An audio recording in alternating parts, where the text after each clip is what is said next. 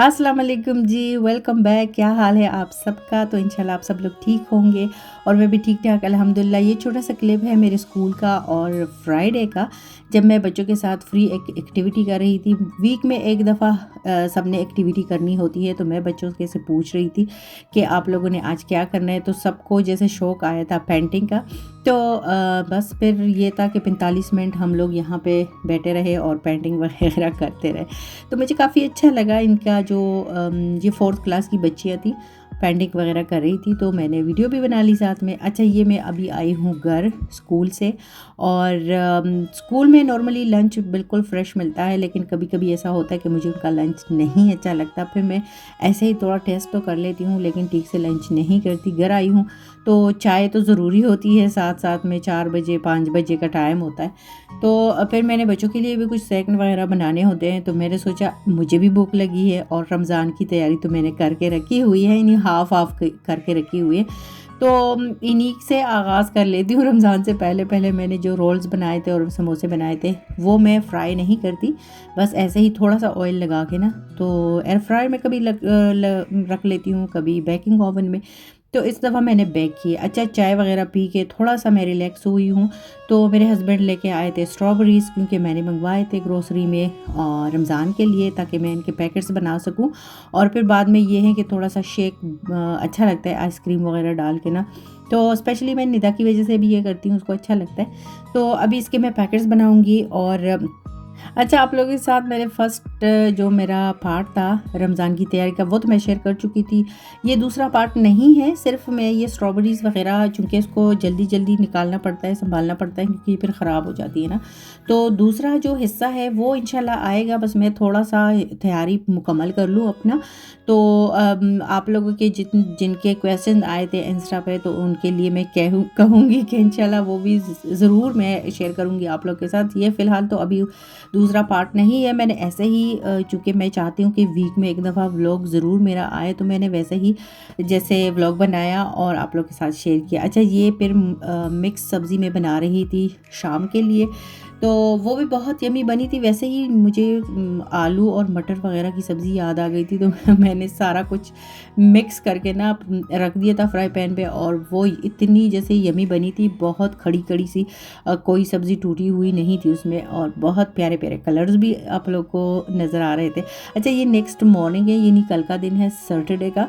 तो मैं उठी हूँ, देखा है बहुत बर्फ़बारी हुई थी, और लेकिन ये था कि सारा दिन ये सिलसिला फिर जारी रहा, और सर्दी भी बढ़ गई। बच्चों ने भी अच्छा ख़ासा इसमें एंजॉय किया बाहर जाके ना, क्योंकि वीकेंड भी था। अच्छा, वीकेंड पे मैं एक स्पेशल लंच बना रही थी, कि मैं सुबह पराठे जब मैं बना रही थी ना, तो तब मेरा नहीं ख्याल था कि मैं आज व्लॉग नहीं, मतलब संडे वाले दिन आप लोगों के साथ व्लॉग शेयर करूँगी, वरना मैं वो सुबह से ही शुरू कर लेती। तो सुबह तो बिल्कुल देसी टाइप का नाश्ता मैंने बनाया था, साथ में चने बनाए थे और लच्छे पराठे बनाए थे। तो ये बार बार मैं कहती हूँ कि हम लोग जब एक दफ़ा पराठे खा लें ना दिन में, तो फिर ये लंच में फिर मैं रोटी वगैरह नहीं बनाती, कभी चावल तो कभी नूडल, कभी कुछ इस तरह, क्योंकि 2 टाइम हम लोग जैसे हमारे जो मैदे हैं ना, तो वो नहीं बर्दाश्त कर सकते 2 दफ़ा रोटी खाना। तो आज मैंने सोचा हल्का-फुल्का सा थोड़ा टर्किश टाइप का मैं बना लेती हूँ, जो वो तो जो टर्किश और अरबिक लोग इसको कीमे के साथ भी फिल करते हैं, इसकी फिलिंग करते हैं।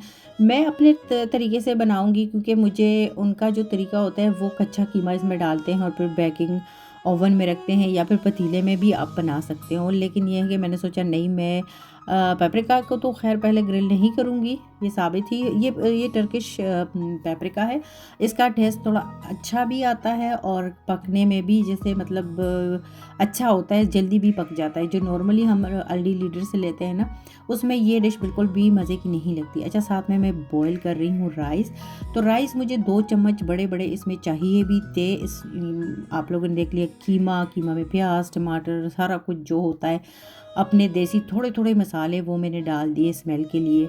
और बाकी इसमें अभी राइस भी बिल्कुल कुक थे, तो राइस भी मैंने बना लिए।